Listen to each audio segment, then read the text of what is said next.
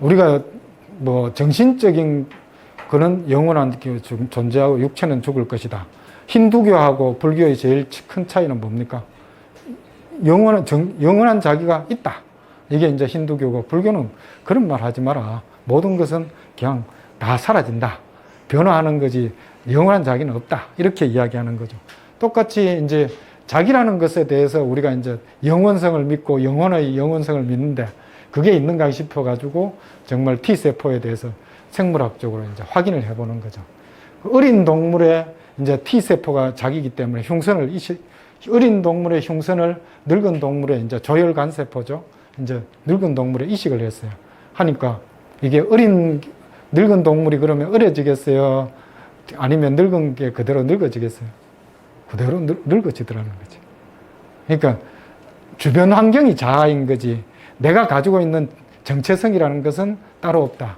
그러니까 자기라는 것은 자기라고 규정하는 게 아니고 이제 나를 둘러싼 환경이 자아다. 뭐 이건 뭐하고 하이데거나 뭐 이런 구조주의하고도 아니면 레비스트로스라든지 이런 어떤 구조주의하고도 통하는 그런 어떤 진리가 여기서 있을 수도 있다.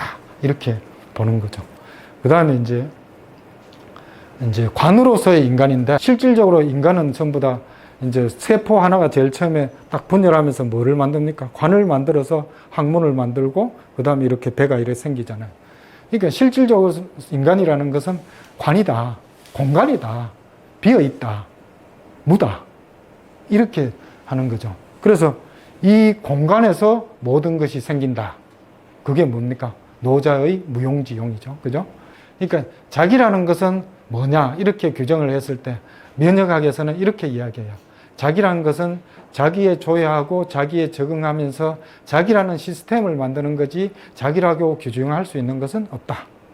이렇게 이야기를 해요. 이야기를 하는데 이게 관용과 공존이라는 건 뭐냐 하면 이 위장이 전부 다 관용을 하는 거죠. 예? 우리가 이제 톨레랑스라고 보통 이야기하는 거죠. 이게 이제 음식물이 들어오면 남의 거기 때문에 남의 걸 내 걸로 만들기 위해서는 뭐가 있어야 돼요? 액이 있어야 돼요.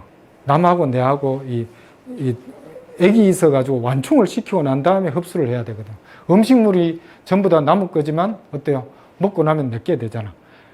다른데 만약 혈액 속에 만약 우유가 들어가면 어떻게 돼요? 우리 몸이 완전 희떡 디벼지죠. 큰일 나죠. 그럼 남의 걸 내 걸로 만드는 그 과정을 이제 관용이라고 이야기하는데 우리가 알레르기가 걸리잖아요. 고등어 알레르기라든지 뭐 아니면 뭐 꽃가루 알레르기가 생기면 음식물을 먹으면 어떻게 돼요? 그걸 먹으면 오히려 면역 기능계가 관용을 해요. 그 다음에 괜찮아지는 경우가 많아. 알레르기라는 것은 근본 우리가 이제 우는 대부분 이제 꽃가루라든지 아니면 뭐 날씨 변화 뭐 아니면 찐득이 여기에 대해서만 알레르기가 생기는 줄 알지만 실질적으로는 개도 알레르기가 있어요. 사람의 이 피부들이 입자가 돼서 막 개 코에 막 닿으니까 개가 알레르기를 일으켜요. 또 여자가 남자에 대해서 알레르기를 일으키게 돼요. 어떤 거냐 하면 남자 정액이 들어오면 여자의 어떤 이제 자궁에서 거부 반응을 일으켜서 경련을 일으켜요. 그래서 임신을 못하는 경우도 있어요. 그러니까 그런 식으로 이제 전부 다 거부와 관용 사이에서 굉장히 헤매는 게 바로 이 이제 알레르기인데 그 알레르기를 어떻게 해서 우리가 이제 공존을 해서 톨레랑스를 해서 내 걸로 만드느냐. 이건 전부 다 관이 하는 역할이라는 거죠. 그걸 보면 이건 상당히 이제 철학적인 어떤 태제가 있다. 이렇게 이야기하는 거고.